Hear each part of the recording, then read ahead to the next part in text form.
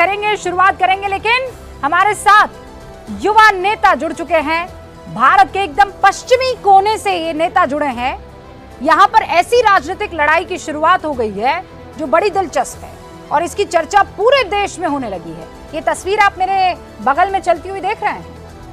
आप सोचिए, मैं आपसे कहूं कि 26 साल का एक लड़का है, उसे देखने के लिए, उसका समर्थन करने के लिए भीड़ आई है। आप यकीन मानेंगे? शख्स आपके सामने है। इतनी सी उम्र में सियासत के बड़े बड़े योद्धाओं को इस शख्स ने पानी पिला दिया है।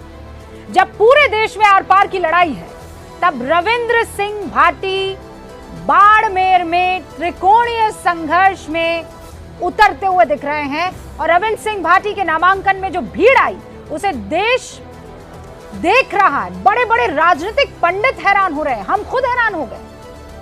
भाटी ने पहली जो लड़ाई है, पहली जो जंग है नामांकन की, वो जीत ली है।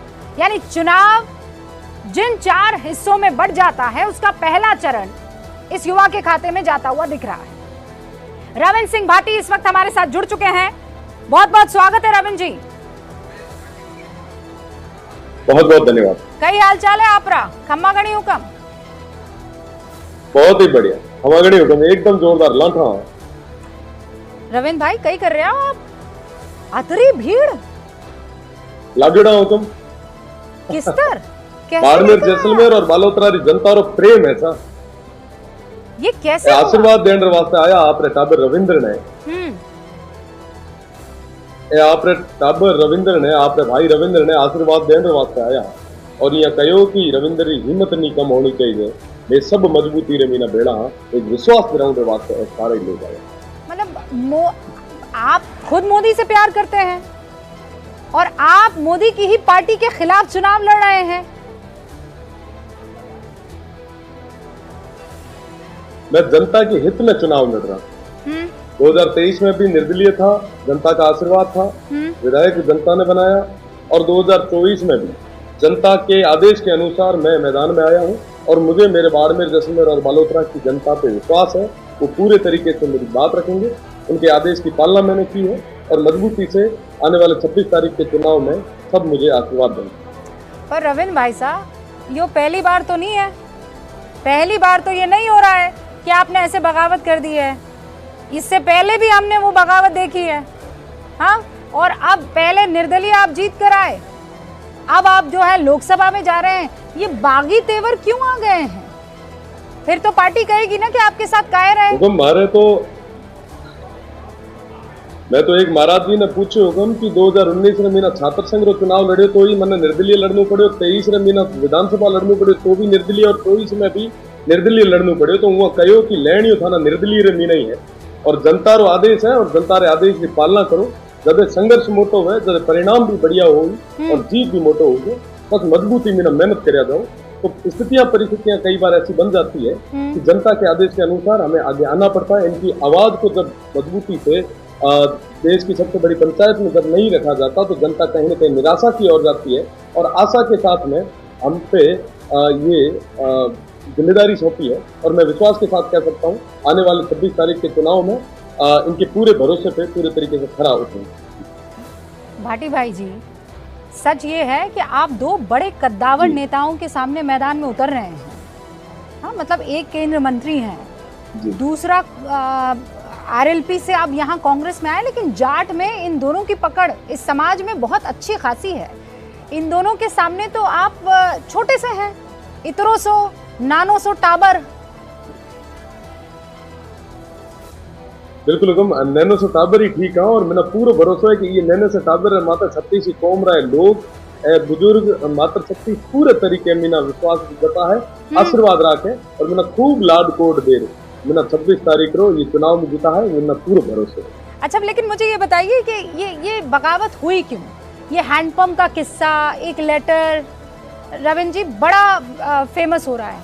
क्या मामला था वो? मतलब क्या हुआ, क्या था? बिल्कुल कई सारी चीजें ये मीना है और साथ ही साथ में जब 5 गांव जब पांडवा मांगया तो 5 गांव जब को नहीं मिला जब वो महाभारत रो युद्ध हुआ कहीं ना कहीं आप कह सको कि दो हैंडपंप रो भी ये बड़ो सीधे सीधे जुड़ाव रहे हो।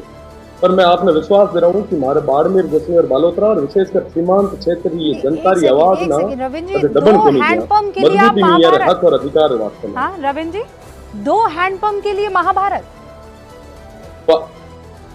5 गांव रे वास्ते शुरू हुई थी, जो आज तक आप याद रखा और विश्वास ने बेड़ो क्या हाँ। कि 2 हैंडपंप वाली जो महाभारत है आने वाले दौर रे महीना एक नयो इतिहास लिखे। मैं चाहूँ कि आप मारा लारे राजस्थानी में ही बात करें, पर देश की जनता जो है वो रविंद्र जी आपको हिंदी में भी सुनना चाहेगी। मुझे तो बड़ा आनंद आ रहा है, हमारे तो घणो चोखो लाग रहे हो, लेकिन सच ये है कि आपको हिंदी में भी सुनना चाहेंगे।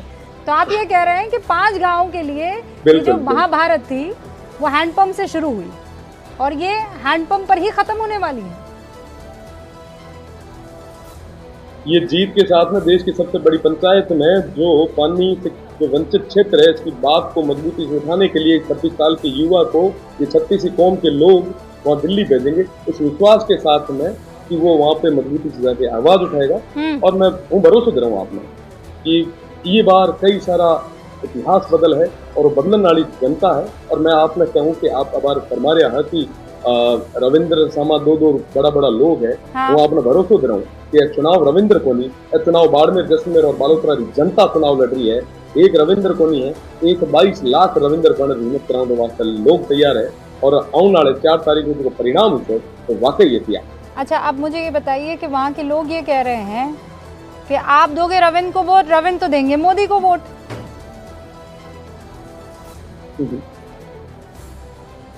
रविंद्र क्षेत्र विकास वास्ते वोट है, जे हमारे ये विकास ये क्षेत्र ना जो आगे लेर बढ़ सके उनकी बड़ी मजबूती रही। अच्छा, भजनलाल जी से आपकी मुलाकात हुई थी ना रविंद्र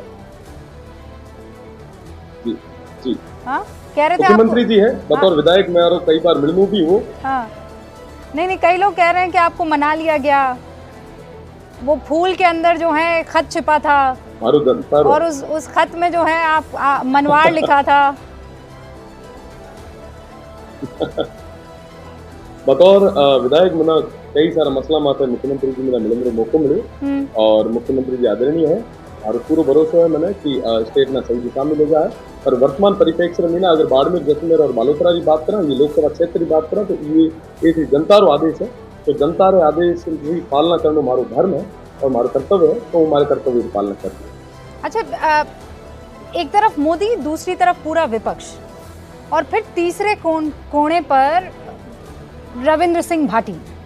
ऐसा तो नहीं है कि निर्दलीय चुनाव जीतने के बाद आप बीजेपी में शामिल हो जाएंगे? भाई वहीं से तो आए हैं। तो वो टाइम परिस्थितियां तय होती हैं, मतलब आप इनकार नहीं कर रहे हैं, नाना करते प्यार उन्हीं से कर बैठे। वो टाइम स्थितियां और परिस्थितियां तय कर है कि हमारे ये क्षेत्र ना आगे तक कौन ले जा सके, विकास और नया आयाम तक कौन पहुंचा सके, जो को ये चीज ना ले रहना विश्वास दे रहा है, मैं पूरे तरीके में पूरे भेड़ा दूं।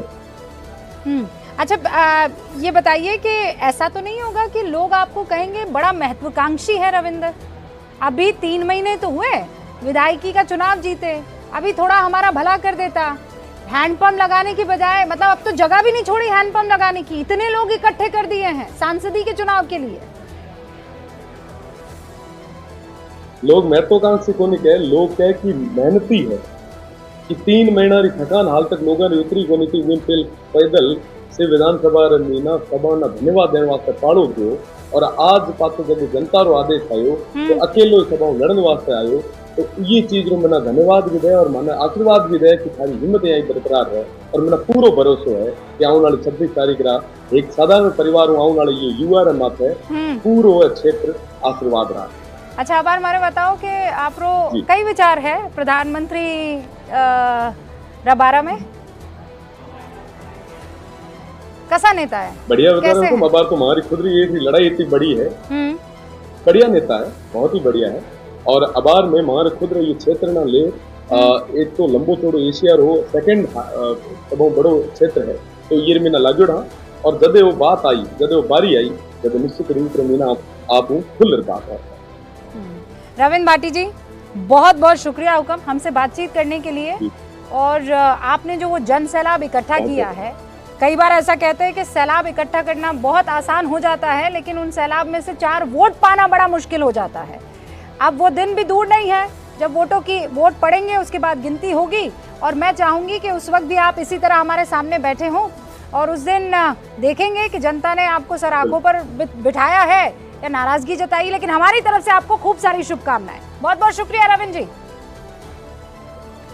तो ये थे रविंद्र सिंह भाटी, इस वक्त हमारे साथ युवा नेता हैं, तादाद में लोगों को इकट्ठा कर रहे हैं और जन सैलाब बड़ा कम ऐसा देखने को मिलता है कि नामांकन के दौरान ऐसी स्थिति खड़ी हो जाए। इसीलिए ये चेहरा आपके सामने रखना जरूरी था, और कोई और किसी पार्टी के साथ नहीं है, ना बीजेपी ना कांग्रेस, बंदा अकेले दम पर चुनाव लड़ रहा है।